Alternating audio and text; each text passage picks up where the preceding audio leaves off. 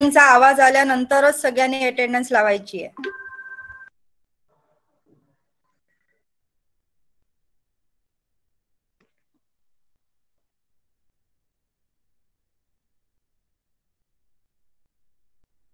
Is my voice clear to everyone? Okay, and can you see my screen? Screen दिसली सगळ्यांना? Okay, thank you.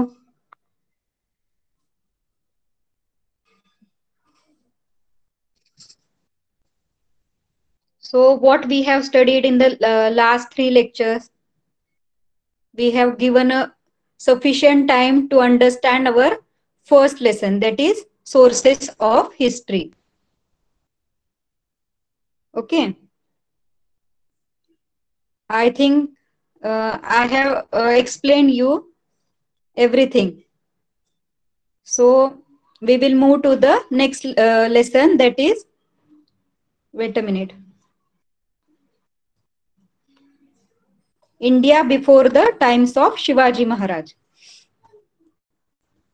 शिवपूर्वकालीन Bharat म्हणजे भारताची जी परिस्थिती होती, शिवाजी महाराजांची जेव्हा सत्ता स्थापन झाली, स्वराज्याची स्थापना जेव्हा झाली, त्याच्या आधीचा जो भारत आहे, म्हणजे आपण मेडिवल इंडिया बघतोय, हो ना. लास्ट इयर आपण काय पाहिलं होतं, एन्शियंट इंडिया. तर एन्शियंट इंडिया मीन्स प्राचीन भारत, मेडिवल मीन्स मध्यकालीन भारत. तर मध्यकालीन भारतामध्ये मेडिवल जो पिरियड होता, त्याच्यामध्ये ज्या पण घटना घडल्या, हिस्ट्रीमध्ये ज्या पण घटना घडल्या, त्या 1 बाय 1 आपण ह्या लेसन्स मधून शिकत आहोत. तर मोस्ट ऑफ द पार्ट तुम्हाला 5th लेसन नंतर आफ्टर शिवाजी महाराज म्हणजे स्वराज्याची स्थापना कशी झाली, शिवाजी महाराजांनी काय काय पराक्रम केले, त्याच्याविषयी आहे. पण हे जे 3-4 जे लेसन्स आहेत ते शिवाजी महाराजांच्या आधीचा भारत कसा होता, किंवा शिवाजी महाराजांच्या पूर्वी महाराष्ट्र कसा होता, त्यावेळेच्या सगळ्या ट्रेडिशन्स कशा होत्या, हो ना, याविषयी आपण मेडिवल पिरियड विषयी आपण समजून घेतोय. So in this lesson we will understand India before the times of Shivaji Maharaj. म्हणजे शिवाजी महाराजांच्या आधी भारतामध्ये परिस्थिती कशी होती, वेगवेगळे राजघराणे, जसे शिवाजी राजे भोसले होते, तर महाराष्ट्रामध्ये जसे भोसले, देशमुख असे राजघराणे होऊन गेले.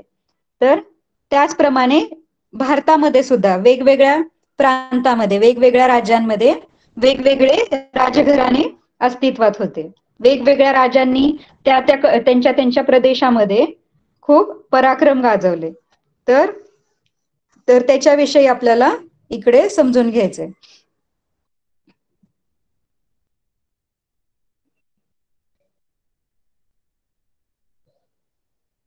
ओके, आवाज येतोय ना क्लिअर?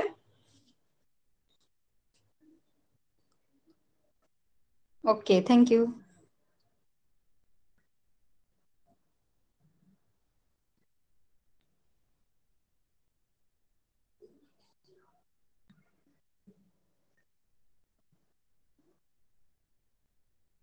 फर्स्ट लेसन मध्ये आपली स्टार्टिंग काय होती, तर history, what is history, history म्हणजे नक्की काय असतं, आणि हिस्ट्री आपण कशी स्टडी करतो, हिस्ट्री कशी बनते, म्हणजे हिस्ट्री कशी लिहिली जाते, oral material sources, oral sources, अजून कोणते, अजून third one is what happened to me, there are 3 types of sources, oral, then material and written, sorry.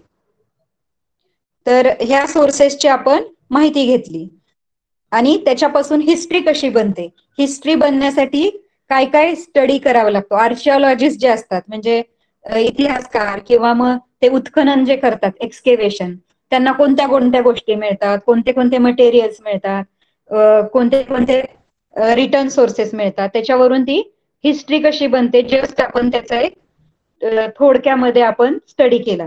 आणि आता हिस्ट्री मधला नेक्स्ट स्टेप, की आपल्याला ह्या पूर्ण 7th स्टँडर्ड मध्ये काय बघायचंय, शिवाजी महाराजांची कारकीर्द बघायची. तर त्याच्या आधी, शिवाजी महाराजांच्या आधी आता आपला इंडिया कसा होता, शिवाजी महाराज यायचे होते त्याच्या आधी भारताची जी परिस्थिती होती ती आपण पाहूया. We shall learn about the various ruling powers in India before the times of Shivaji Maharaj in this lesson. तर या लेसन मध्ये आपण रुलिंग पॉवर ज्या होत्या म्हणजे शिवाजी महाराजांच्या आधी ज्यांची ज्यांची सत्ता होती, राजसत्ता, रुलिंग पॉवर. रुलिंग म्हणजे काय? राज्य करणारे, जे राज्य करत होते, जे राजे होऊन गेले, जे सत्ताधीश होते, रुलिंग पॉवर, ज्यांच्याकडे पॉवर होती राज्य करण्याची, तर असे जे लोक होऊन गेले that is called ruling power. म्हणजे आता आपण बोलतो ruling party. Ruling party means काय? तर आता आपल्या महाराष्ट्रामध्ये कोणती सत्ता आहे? तर महाविकास आघाडी. म्हणजे काय? ती काय आहे? आपली रुलिंग पार्टी. म्हणजे ती राज्य करते आपल्यावर. आपला मुख्यमंत्री जे आहेत ते महाविकास आघाडी, म्हणून that is the ruling party. तसं रुलिंग पॉवर ज्याच्याकडे होते त्या काळात जो राजा होता त्याच्याविषयी जे जे राजे होऊन गेले पूर्ण, not only in Maharashtra but in all over the India. Various ruling powers existed in India during that period. तर शिवाजी महाराजांच्या काळाच्या आधी तर खूप सगळ्या रुलिंग पॉवर्स होऊन गेल्या वेगवेगळ्या स्टेट्समध्ये. Pala in the 8th century was famous dynasty in Bengal. बंगालमध्ये पाल नावाची एक डायनेस्टी म्हणजे राजघराणे, जसं मी सांगितलं भोसले, देशमुख वगैरे राजघराणे असतात. राजघराणा मीन्स काय? तर राजाचे पुढची पिढी, त्याची मुलं किंवा त्या राजाची मुलं, असं कंटिन्युअसली वन आफ्टर अनदर राजे जे असतात ते त्याच कुळातून आलेले असतात किंवा त्याच सरनेमचे असतात, है ना, सरनेम म्हणू शकतो आपण. जसं भोसले, देशमुख, तर ते शिवाजी महाराजांचे वडील, मग शिवाजी महाराज राजे झाले, मग त्याच्यानंतर संभाजी महाराज, मग संभाजी महाराजांची मुलं. तर हे पूर्ण भोसले हे काय होतं? एक राजघराणं होतं. तसं बंगालमध्ये पाल नावाचं राजघराणं होतं. 8th century कधी होतं? आणि हे 8th century मध्ये, 8व्या दशकामध्ये. आता काय चालू आहे? 21st century. So we can calculate 21 - 8. तो किती इयर्स झाले बघा, है ना? 21 - 8. सो 20 सॉरी किती झाले सांगा मला पटकन. 13 इयर्स. 1300 इयर्स हा जो काळ आहे, 1300 इयर्स बिफोर, म्हणजे 1300 वर्ष. सेंचुरी मीन्स 100 इयर्स, है ना? 8th century मध्ये झालेलं आहे. म्हणजे 1 century is equal to 100 years. मग 13 century पास झाल्या त्याच्यानंतर, मीन्स 1300 इयर्स बिफोरचा आपण हिस्ट्री स्टडी करतो. In central India the Gurjara Pratihara power spread up to Andhra. तर सेंट्रल इंडियामध्ये म्हणजे मध्य भारत जो होता, मध्य प्रदेश वगैरे, तो जो मध्य भारत आहे त्याच्यामध्ये कोणती सत्ता होती? गुजर प्रतिहार. आणि ती आंध्र प्रदेश पर्यंत पसरलेली होती. गुजर प्रतिहार जी पॉवर होती ती आंध्र प्रदेश पर्यंत होती. Kalinga, Vidarbha, west Kathiawar, Kannauj and Gujarat. तर त्याच्या ज्या सीमारेषा होत्या, ती जी पॉवर आहे ती त्यांची जी गुर्जर प्रतिहारची जी सत्ता आहे ती आंध्रा, त्याच्यानंतर त्याच्या ऑपोजिट कालिंगा, विदर्भा, त्याच्या आजूबाजूचे जे प्रदेश होते ती त्यांची बाउंड्री होती. हे सगळे प्रदेश म्हणजे त्यांची बाउंड्री होती. तिथपर्यंत त्यांची सत्ता पसरलेली होती, स्प्रेड झाली होती. Among the Rajput dynasties in north India the Gahadavala and the Paramara dynasties were the important ones. तर नॉर्थ इंडिया जो होता म्हणजे उत्तर भारतामध्ये राजपूत नावाची डायनेस्टी होती, राजपूत राजघराणं होतं.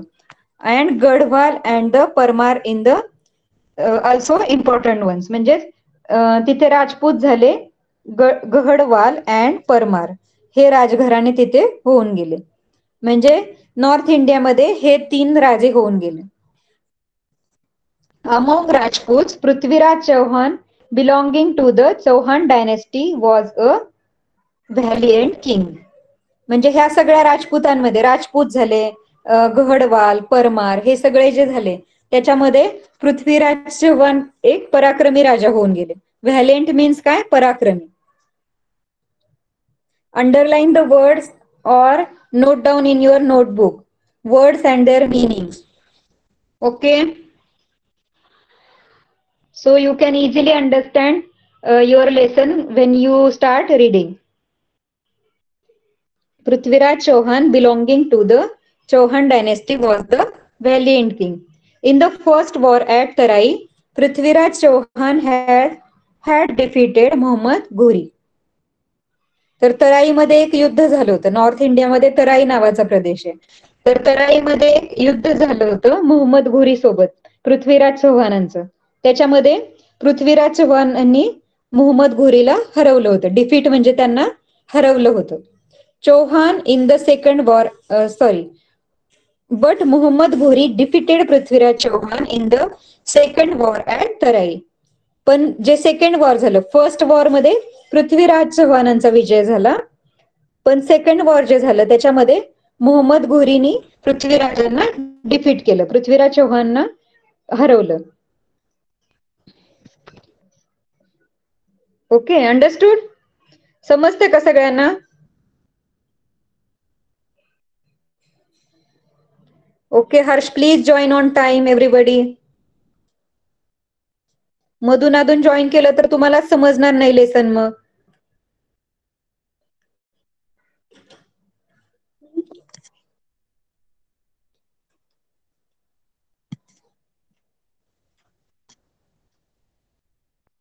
Okay. Raja Raj and Rajendra, sorry, Raja Raj first and Rajendra first, sorry, ते फर्स्ट आहे. Rajaraja first and Rajendra first belonging to the Chola dynasty in Tamil Nadu were eminent rulers. Eminent means important, महत्वाचे. हे जे दोन राजे होऊन गेले, Rajaraja first and Rajendra first, त्यावेळेला काय असायचं तर त्यांची जी पुढची पिढी होती तर त्यांना सुद्धा म्हणजे त्यांचे जे नातू वगैरे होते, पहिला राजा झाला त्याच्यानंतर त्यांचा मुलगा राजा बनणार, त्याच्यानंतर त्या मुलाचा मुलगा म्हणजे नातू झाला. तर हे जे होते ग्रँडसन्स त्यांना पण कधी कधी सेम नावं दिली जायची. सेम जे आजोबांचं नाव आहे ते मुलाला पण दिलं जायचं. मग त्याच्यामुळे राजा राज फर्स्ट, राजेंद्र फर्स्ट, म्हणजे फर्स्ट सेकंड हे आपल्याला अंडरस्टँड होण्यासाठी फर्स्ट सेकंड असे सिक्वेन्स दिलेले आहेत. तर Rajaraja first and Rajendra first belonging to the Chola dynasty in Tamil Nadu were eminent rulers. तर तामिळनाडूमध्ये जे रूलर्स होते, हे जे दोन राजे होऊन गेले ते चोला डायनेस्टी म्हणजे चोला नावाचं राजघराणं होतं, त्याच्यामध्ये हे राजे होऊन गेले. दोन हे महत्वाचे राजे होते. The Cholas conquered the Maldives island and Sri Lanka using their naval strength. तर हे चोलाज जे होते, राजा राज किंवा राजेंद्र, तर ह्यांनी काय केलं, कॉन्क्वेअर्ड केलं म्हणजे हे प्रदेश जिंकून घेतले. कॉन्क्वेअर्ड म्हणजे जिंकून घेणे. तर मालदीव आइसलँड जे आहे, मालदीव बेट जे आहे आणि श्रीलंका, ही दोन बेट जे आहेत त्यांनी जिंकून घेतली. Using their naval strength. Naval म्हणजे काय तर नौदल, जे पाण्यामध्ये ही सगळी बेट आहेत आणि मग त्यांच्याशी युद्ध करायचं तर मग पाण्यामार्गे युद्ध करावं लागणार आहे. तर म्हणजे हे जे असतं पाण्यामधलं जे सैन्य असतं त्याला बोलतात नौदल म्हणजेच नेव्हल. तर जे शिप्स यूज करतात, वेगवेगळे जहाज यूज करून तो युद्ध केलं जातं, तर त्याच्यामध्ये ते एक्सपर्ट असतात. हे जे नेव्ही, आर्मी, नेव्ही, एअरफोर्स जे आता असतं, तर त्याचप्रमाणे त्यावेळेला पण असे नौदल वगैरे होते, म्हणजे पाण्यातून पण युद्ध करावं लागायचं. King Vishnuvardhan belonging to the Hoysala dynasty in Karnataka had conquered the whole of Karnataka. King Vishnuvardhan नावाचे जे राजे होते, होयसळ डायनेस्टी म्हणजे होयसळ नावाचं जे राजघराणं होतं, तर त्याच्यामध्ये विष्णुवर्धन नावाचे राजा होते, त्यांनी पूर्ण कर्नाटका जिंकून घेतला होता. तर तामिळनाडू राजा राज किंवा राजेंद्र तर पृथ्वीराज चव्हाणांनी नॉर्थ साइड जिंकली होती. तसंच मग हे जे होयसळ जे होते विष्णुवर्धन त्यांनी कर्नाटका साइड जिंकली होती. तर असे वेगवेगळे राजे वेगवेगळ्या राजघराण्यातले राजे होऊन गेले.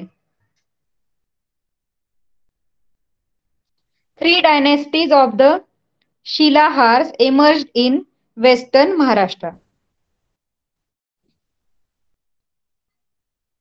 Okay.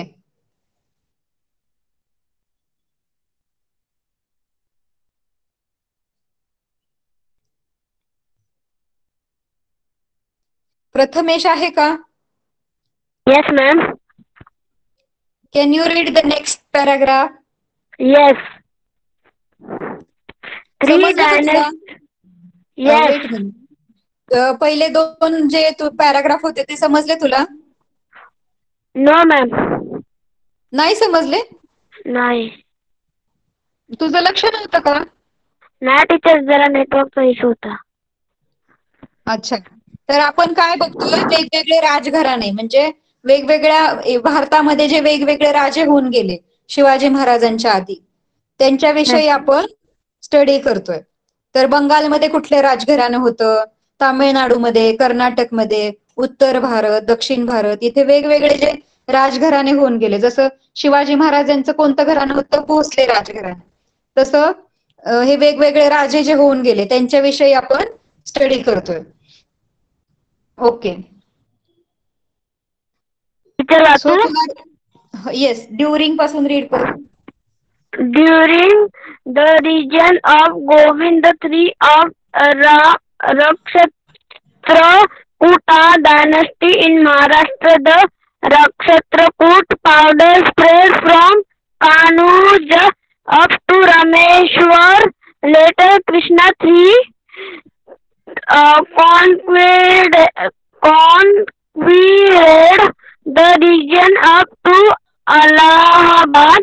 3 dynasties of Shilahars emerged in western Maharashtra. One dynasty ruled over Thane and Raigad in North Konkan, the second in South Konkan, while the 3 dynasties ruled over some part of the present day Kolhapur, Satara, Sangli and Belgaum districts. Okay. हे सगळं जो study करतोय आपण तो वेगवेगळ्या ठिकाणी कोणते कोणते राजे होते त्याच्याविषयी. Okay. During the rain of Govind III of the Rashtrakuta dynasty in Maharashtra. तर महाराष्ट्रामध्ये एक राजघराणं होऊन गेलं राष्ट्रकूट नावाचं.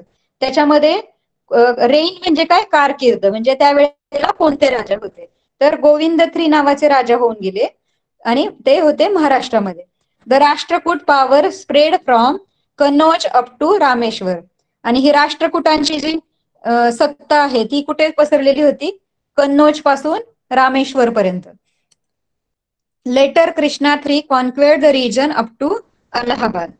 त्याच्यानंतर कृष्णा III नावाचे जे राज्य होते हेच राष्ट्रकूट डायनेस्टी मधले, तर त्यांनी अलाहाबाद पर्यंतचा सगळा जो प्रदेश होता तो जिंकून घेतला.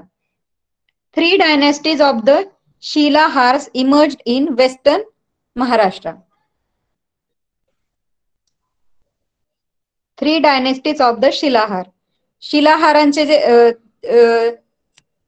शिलाहारांचं जे राजघराणं होतं त्यांनी त्यांचे 3 राजघराणे होते. तर त्यांनी ते वेस्टर्न महाराष्ट्राला जॉईन केले. म्हणजे पश्चिम महाराष्ट्र होता तिथे त्यांनी ते जॉईन केले, त्यांचे जे प्रदेश होते ते. One dynasty ruled over Thane and Raigad in North Konkan and the second in South Konkan, while the third dynasty ruled over some parts of the present day Kolhapur, Satara, Sangli, Belgaum district. तर हे शिलाहार जे होते त्यांनी त्यांचे 3 राजघराणे कुठे कुठे ते सत्ता गाजवत होते किंवा कुठे कुठे राज्य करत होते. तर ठाणे आणि रायगड मध्ये एक, ठाणे, रायगड आणि म्हणजे कोकण भाग जो झाला, ठाणे रायगड आपल्या महाराष्ट्रामधला कोकण भाग, आणि दुसरा जो होता तो साऊथ कोकण म्हणजे कोकणातला दक्षिणेकडचा भाग.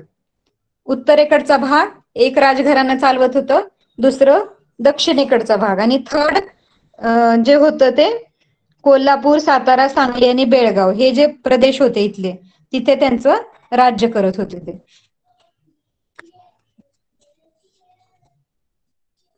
सगळ्यांना समजतंय का?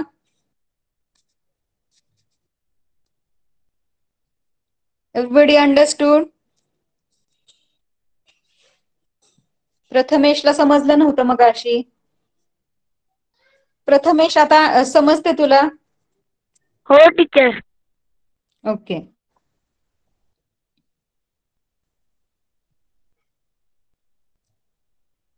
Voice is breaking. आवाज ब्रेक होतोय का माझा?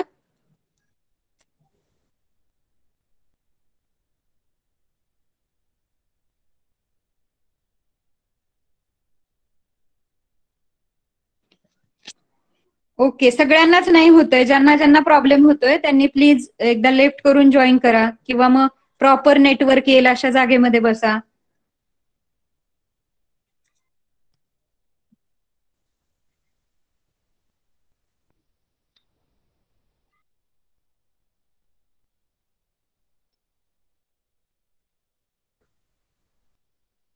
सो आपण ह्या सगळ्या पॅराग्राफ्स मध्ये काय बघितलं तर भारतामध्ये वेगवेगळ्या ठिकाणी बेंगॉल असेल किंवा नॉर्थ इंडिया असेल किंवा मग तमिळनाडू आणि महाराष्ट्राचे काही प्रदेश किंवा ती काही बेटं असतील Iceland like Maldives and Sri Lanka, Karnataka, ह्या सगळ्या स्टेट्समध्ये कोणते कोणते राजे तिथे त्यांची पॉवर होती किंवा रुलिंग पॉवर होती.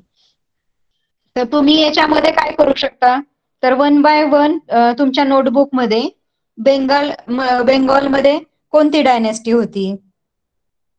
पाल, बेंगॉल पाल किंवा मग असं तुम्ही त्याचं डिस्ट्रीब्युशन करू शकता. एक चार्ट बनवून ते तुम्ही कुठली सत्ता कुठे होती त्याचं थोडंसं मॅच करू शकता त्यांना.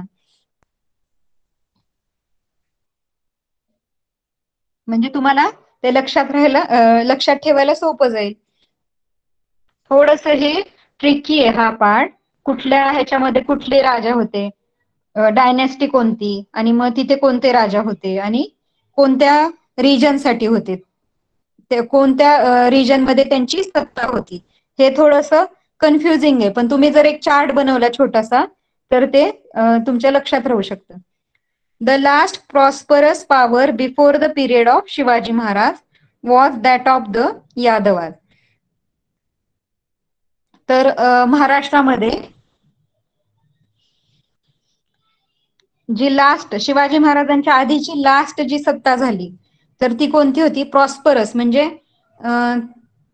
खूप वैभवशाली राजवट होती, म्हणजे खूप संपत्ती वगैरे होती त्यांच्याकडे, आर्मी होती भरपूर. ते पण एक मोठे राजा होऊन गेले. तर ते कोणते होते, कोणतं राजघराणं होतं? That was the Yadavas dynasty, Yadav dynasty. Shivaji महाराजांच्या आधी यादव होऊन गेले. The capital of Bhillam 5 of the Yadav dynasty was at Devgiri near Aurangabad. तर औरंगाबाद जवळ देवगिरी नावाचं जे गाव आहे तिथे ते भिल्लम 5 नावाचे जे राजा होते, यादव राजा होते, त्यांची राजधानी होती देवगिरी. औरंगाबाद जवळ Devagiri. He extended his rule beyond the river Krishna. आणि त्यांनी त्यांची जी सत्ता होती, एक्सटेंड म्हणजे तिथपर्यंत त्यांनी ती सत्ता स्प्रेड केली होती, तेवढा त्याचा विस्तार केला होता. कृष्णा रिव्हरच्या पलीकडे सुद्धा त्यांची सत्ता पसरलेली होती. महाराष्ट्रामध्ये तर होतीच, पण महाराष्ट्राबाहेर कृष्णा नदीच्या पलीकडे पर्यंत सुद्धा त्यांची सत्ता पसरलेली होती.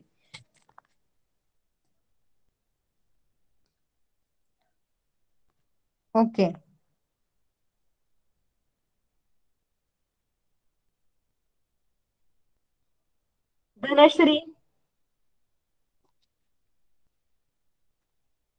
धनश्री आहे का? Yes, ma'am. So can you read the next part? Yes.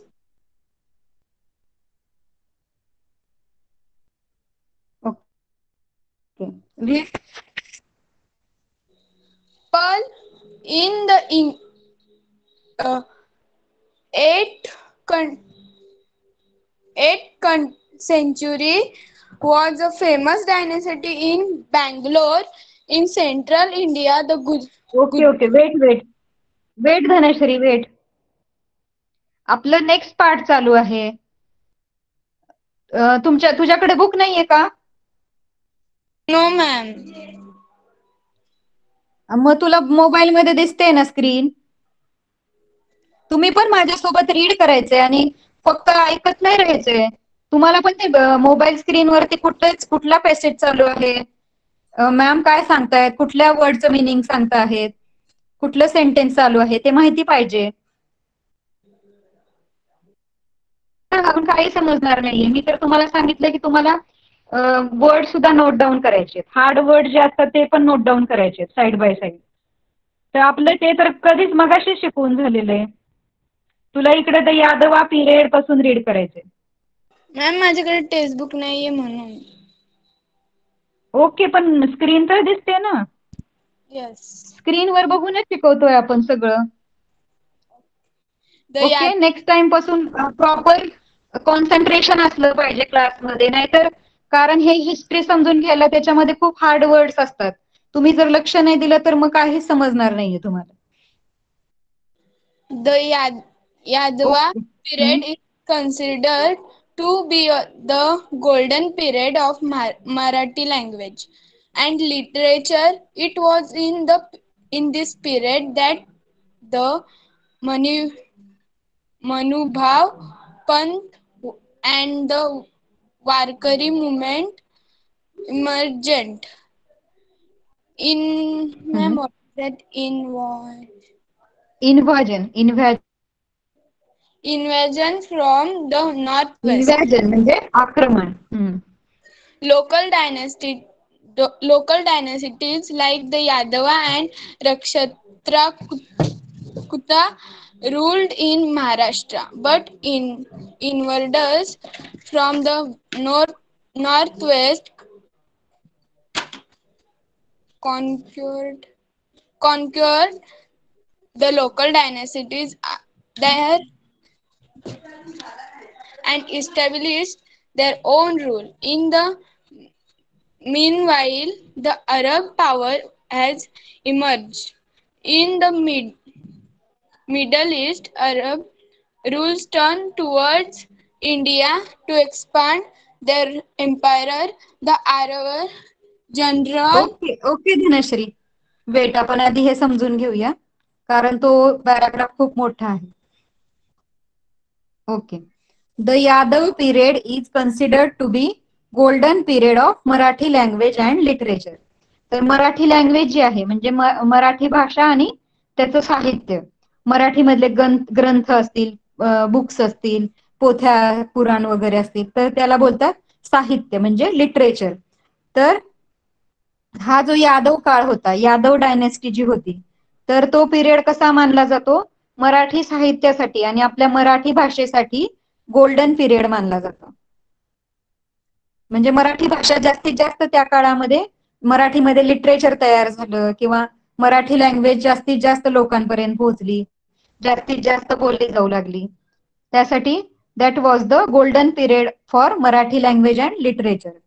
Golden period म्हणजे काय, तर एक सुवर्ण काळ होता, म्हणजे सगळ्यात चांगला काळ होता तो जो यादवांचा काळ जो होता तो मराठीसाठी सगळ्यात चांगला काळ होता, गोल्डन पिरियड.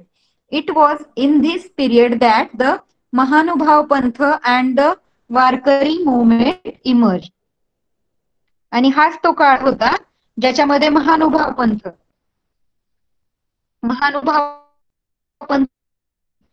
संप्रदाय म्हणजे वारकरी माहिती असतील तुम्हाला. आपण ती वारकरी तेव्हा जी मुवमेंट चालू झालेली आहे ती आज पण आपण वारकरी संप्रदाय आहे.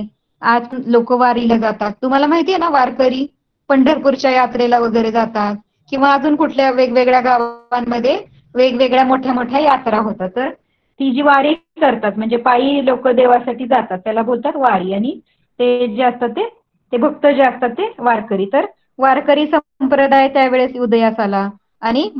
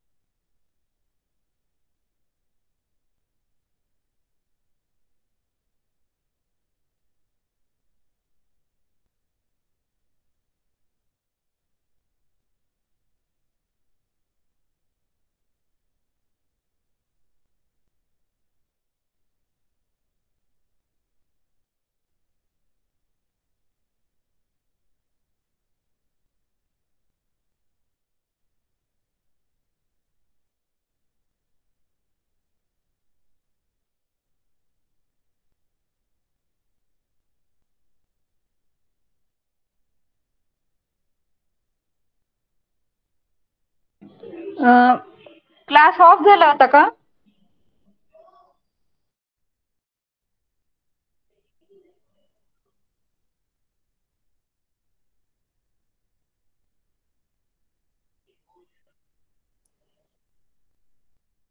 ओके. मला इकडे दिसत होतं की क्लास लिव्ह झालेला आहे आणि मला मीटची स्क्रीन नव्हती दिसत. Okay, who want to read? Who wants to read? I am sharing my screen again. Last time कुणाचं राहिलं होतं? अनघाने रीड नाही केलं मला वाटतं अजून, है ना? अनघा राहिलेली आहे. Okay Anagha, read next part. Hello. ये हॅलो Yes. मॅम, कुठपर्यंत आलेले आहे तेच माहिती नाही, कारण तुम्ही मध्ये लेफ्ट झाला होता ना. अच्छा, इन द मीन व्हाईल पासून रीड कर. तुम्हाला समजलं नसेल ना मग वरचा पॅराग्राफ? नो मॅम, तुम्ही अर्ध्यातूनच लेफ्ट झाला होता. ओके, मी परत एक तुम्हाला सांगते.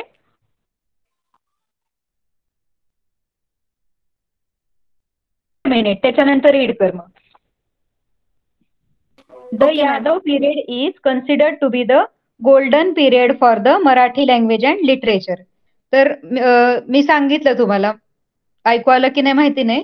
तर मराठी लँग्वेज, मराठी भाषा आणि साहित्य जे होतं त्यासाठी यादवांचा जो काळ होता, यादव पिरियड जो होता तो एक सुवर्ण काळ होता. म्हणजे सुवर्ण काळ म्हणजे काय, तर खूप चांगला काळ होता आपल्या मराठी भाषेसाठी. यादव जी डायनेस्टी होती, म्हणजे यादवांचं राजघराणं होतं, त्या काळामध्ये मराठी भाषा आपली जास्तीत जास्त लोकांपर्यंत पोहोचली. मराठी भाषेमध्ये खूप सगळं साहित्य निर्माण झालं. तर त्याच्यामुळे त्याला बोललं जातं golden period. Golden period means खूप चांगला काळ. It was in this period that Mahanubhav Panth and Warkari movement emerge.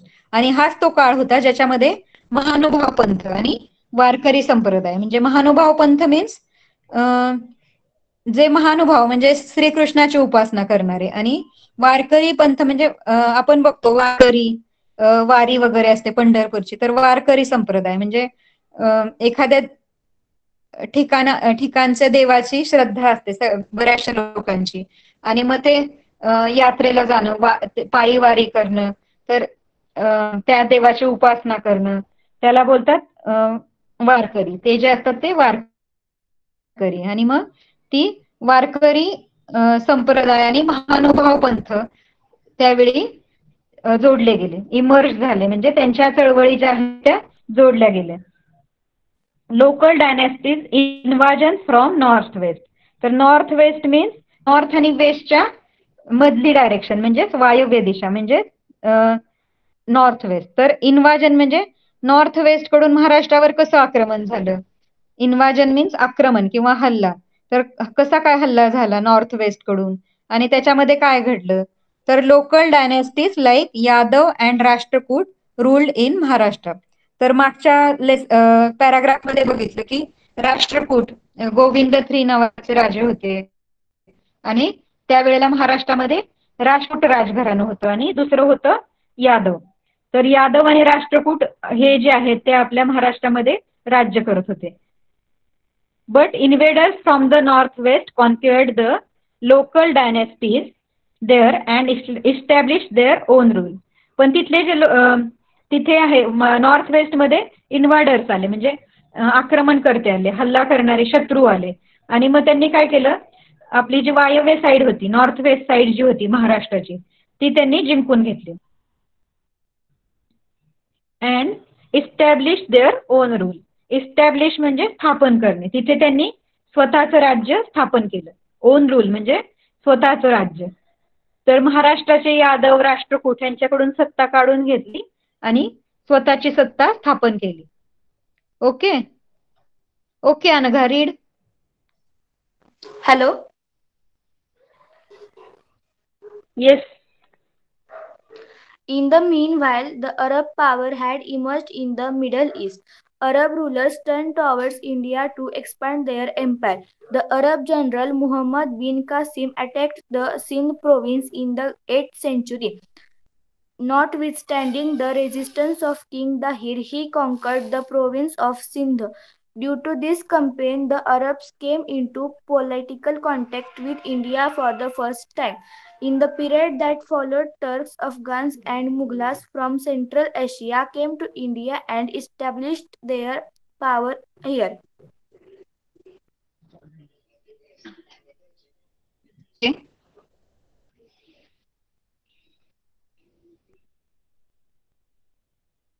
In the 11th century CE, the Turks began to invade India, expanding their territories. They reached the northwestern frontier of India. Sultan Muhammad of Ghazni invaded India many times. He plundered the rich temples at Mathura, Virandavan, Kanuj, and Somnath and carried away enormous wealth with him.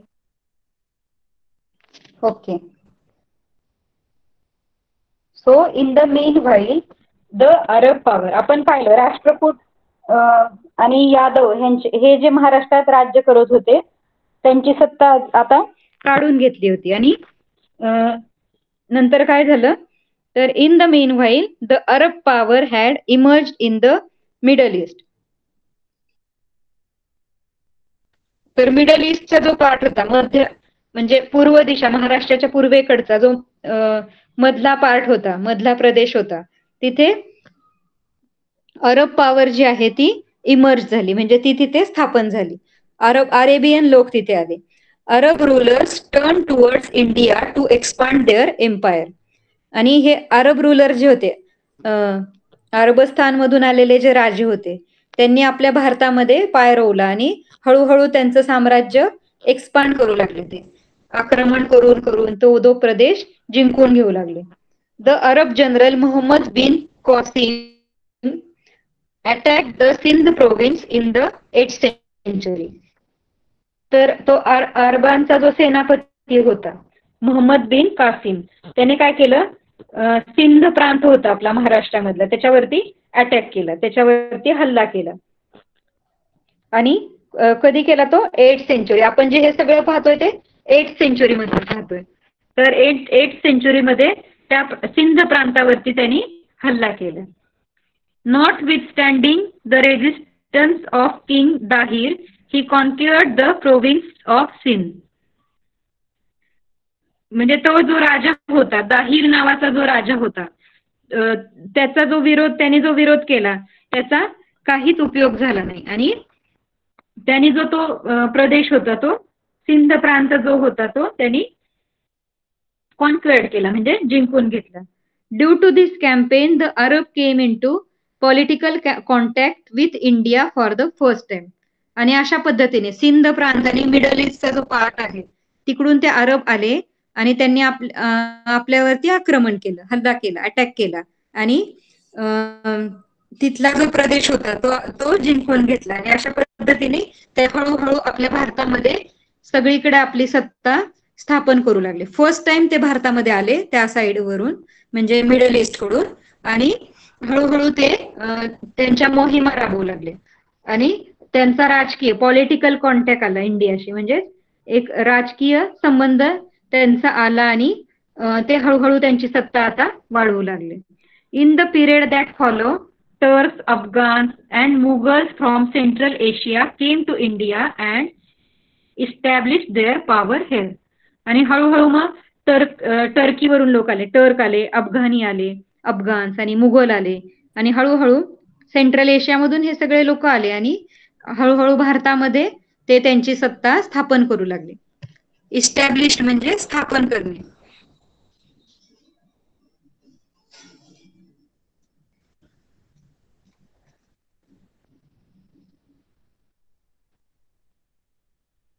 Okay, understood का परत सांगायचंय? बऱ्याचशा स्टुडंट्सला समजत नाहीये. कुणाला समजलं नसेल तर परत विचारू शकता तुम्ही.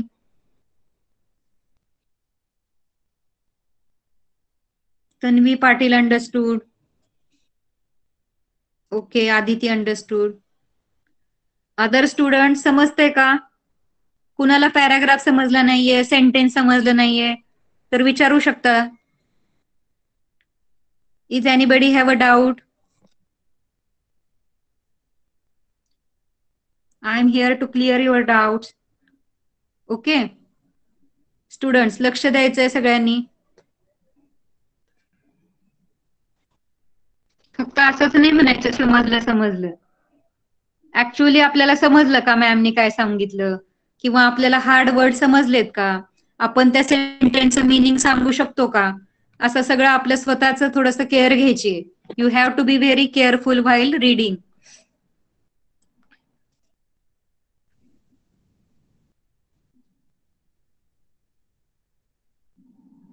ओके, तो अरबांचा जो सेनापती होता मुहम्मद बिन कासिम याने सिंध प्रांतावर अटॅक केला. त्याच्यानंतर मग त्यांनी काय केलं तर किंग दाहिर नावाचा राजा जो होता त्याच्यावरती आक्रमण करून तो सिंध प्रांत जिंकून घेतला.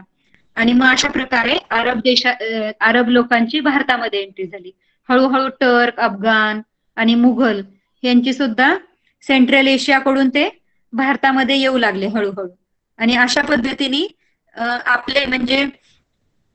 आपले भारतीय राजे हारले आणि त्या लोकांची सत्ता, मुघलांची, अफगाणी किंवा अरेबियन ह्या लोकांची सत्ता आपल्या भारतामध्ये वाढू लागली. ते त्यांच्याकडे खूप पॉवर होती, मग ते जिंकून घेऊ लागले. एक एक प्रदेश ते आपल्या ताब्यात घेऊ लागले.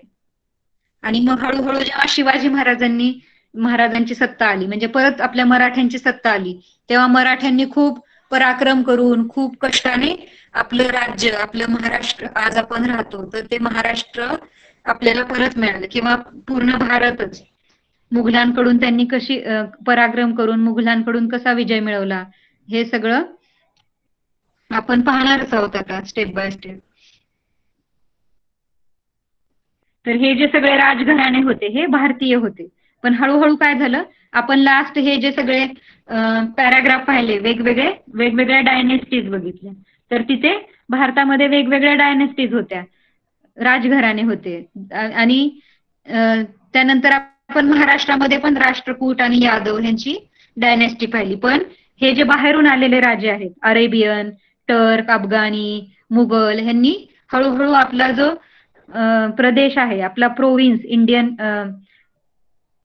रिजन, तो कॉन्क्वेअर करायला सुरुवात केली, म्हणजे ते जिंकून घेऊ लागले. In the 11th century CE the Turks began to invade India.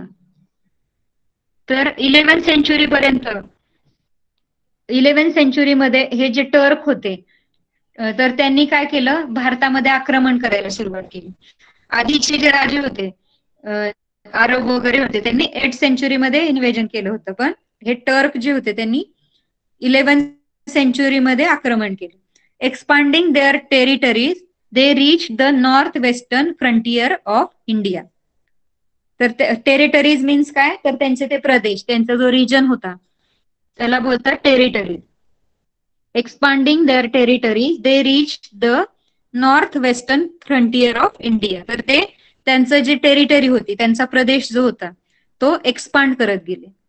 Continuously ते इन्व्हाजन करत राहिले आणि ते जे रिजन होते ते कॉन्क्युअर करत राहिले, म्हणजे जिंकत राहिले. आणि त्यांनी त्यांची जी सत्ता होती ती कुठपर्यंत, नॉर्थ वेस्टर्न फ्रंटियर मीन्स काय, सीमारेषा जी असते भारताची, नॉर्थ वेस्ट साइडची जी सीमारेषा आहे तिथपर्यंत त्यांनी तो प्रदेश जिंकून घेतला. तिथपर्यंत त्यांनी ती सत्ता जी आहे त्यांची ती एक्सपांड केली. ती सत्ता जिंकून घेत ते नॉर्थ वेस्टर्न सीमारेषेपर्यंत पोहोचले. Sultan Mohammad of Ghazni invaded India many times. तर सुलतान मोहम्मद जो होता त्याने आपल्या भारतावरती खूप वेळा आक्रमण केलं.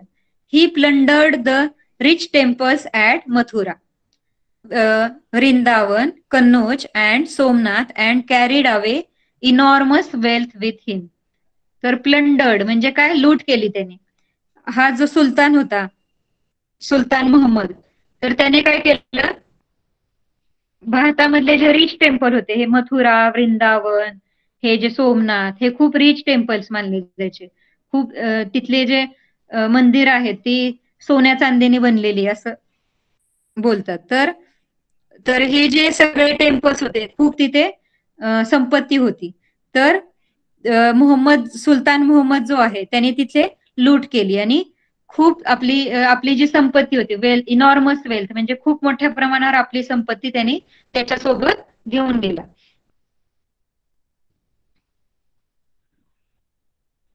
म्हणजे तर त्यांनी फक्त आपल्या राज्यावर आक्रमणच नाही केलं, जिंकूनच नाही घेतले, तर त्यांनी काय केलं, आपल्या इथली संपत्ती सुद्धा सगळी लुटून नेली. भारतामधली संपत्ती सुद्धा लुटून नेली.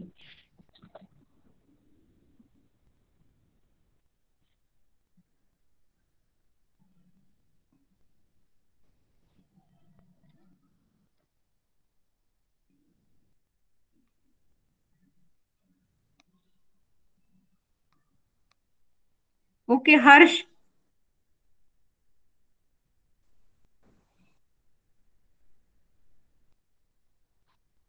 हर्ष आहे का?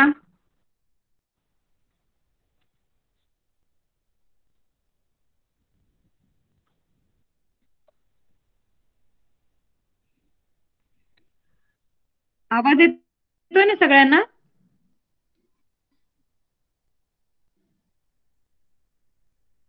ओके. सो हर्ष नाही का क्लासमध्ये? Continuously he is living joining. Where is Harsh? Yes, teacher. Okay okay, तुला नेक्स्ट पार्ट रीड करायचा आहे.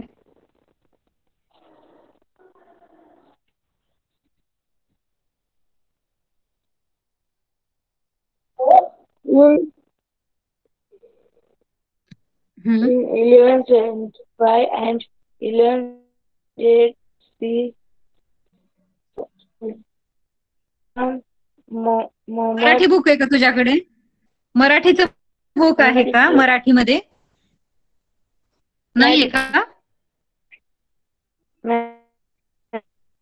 मराठी मीडियमला आहे ना तू? English. मराठी मीडियम मधून आहे की इंग्लिश? इंग्लिश ना? Okay read. English. Okay read कर, मग तुला इंग्लिश मधूनच रीड करायला पाहिजे. From Afghanistan invaded India, he obtained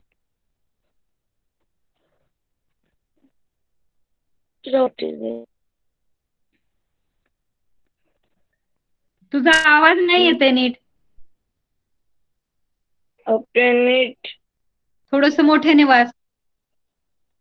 obtained हम्म.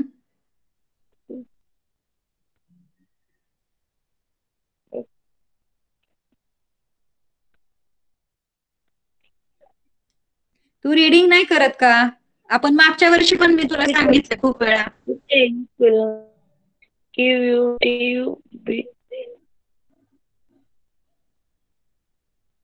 मला तुझं काहीच ऐकायला येत नाही. बाकीच्यांना ऐकू येते का?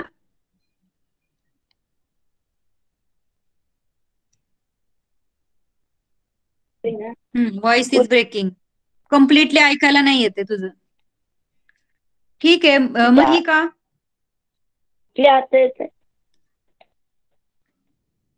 नाही येते तुझं ऐकायला हर्ष. महिका रीड कर.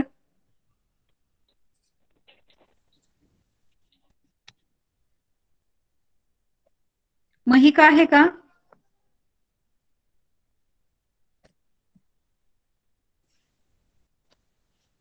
मराठी मीडियम असतील तर मराठीमधून रीड केलं तरी चालेल.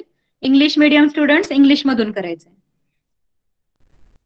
आपण जर तुमच्याकडे बुक नसेल तर मराठी बुक सुद्धा ओपन करू शकतो.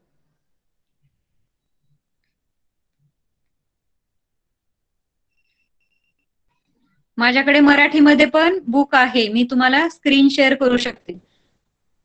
महिका नाहीये का क्लासमध्ये? ओके, आपण हा लास्ट पॅराग्राफ पाहूया आणि आपण इथेच थांबूया कारण की आपला टाइम पण होत आलाय.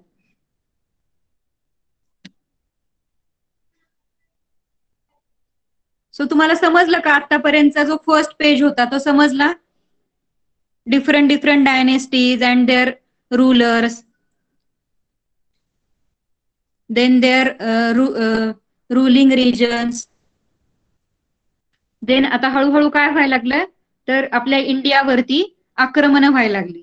हे जे आपण पहिल्या रुलिंग पार्टी बघितल्या, राजपूत, गढवाल, पृथ्वीराज चौहान, राजाराज किंवा हे चोला डायनेस्टी आणि हे सगळे राष्ट्रकूट, यादव, हे सगळे होते ते आपले भारतीय होते आणि हळूहळू आता इन्व्हाजन व्हायला लागलं, म्हणजे आक्रमण होऊ लागलं. तर आता ते आक्रमणाचाच नेक्स्ट पार्ट म्हणजे अफगाण, टर्क आणि हे अरब जे होते ते आक्रमण करू लागले आपल्यावरती आणि आपला बराचसा प्रदेश ते जिंकून घेऊ लागले. आणि हा जो सुलतान मोहम्मद जो होता त्याने तर काय केलं, आपलं प्लंडर केलं, म्हणजे त्याने खूप सगळी लूट केली आपल्या भारतामध्ये आणि आपली खूप सगळी वेल्थ म्हणजे आपली संपत्ती जी आहे ती तो त्याच्या कंट्रीमध्ये घेऊन गेला. सल्तनत इन द नॉर्थ. तर उत्तरेमध्ये आता कोणती सल्तनत होती किंवा कशी सल्तनत तयार झाली? In 1175 CE and 1178 CE, Sultan Mohammed Ghori of घूर फ्रॉम अफगाणिस्तान इन्व्हाडेड इंडिया. आता हा नवीन सुलतान आला, मोहम्मद घोरी, आणि घूर ह्या देशाचा मोहम्मद घोरी ह्याने आपल्या म्हणजे अफगाणी होता, तो अफगाणिस्तानचा होता, त्याने आपल्या भारतावरती आक्रमण केलं. कधी तर 1175 CE, कॉमन इरा, म्हणजे आता 21st सेंचुरी चालू आहे तसं 1175 ला, आता जसं 2021 तसं 1175 ला त्याने आक्रमण केलं मोहम्मद घोरीने आणि आपल्या भारतामध्ये त्याने आक्रमण केलं. He appointed Qutbuddin Aibak to look after the governance of the conquered territories in India. आणि मग त्यांनी इंडियामध्ये नॉर्थ साइडला खूप सगळ्या सत्ता जिंकल्या. मग तो जो नॉर्थ साइड जी आहे तिच्यावरती लक्ष ठेवण्यासाठी त्यांनी कुतुबुद्दीन ऐबक नावाचा जो सेनापती होता त्याला अपॉइंट केलं. किंवा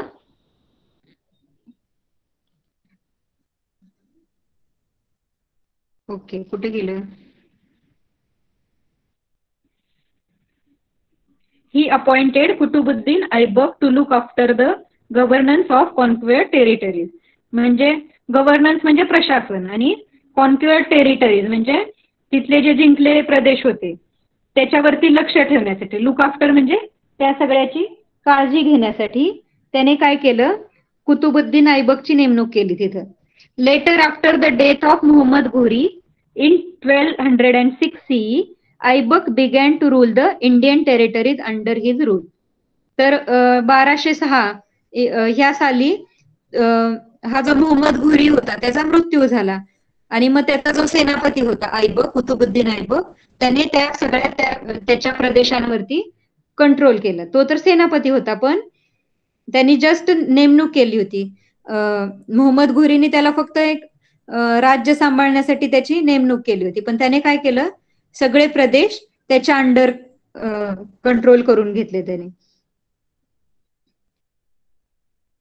Aibak began to rule the Indian territories under his rule independently.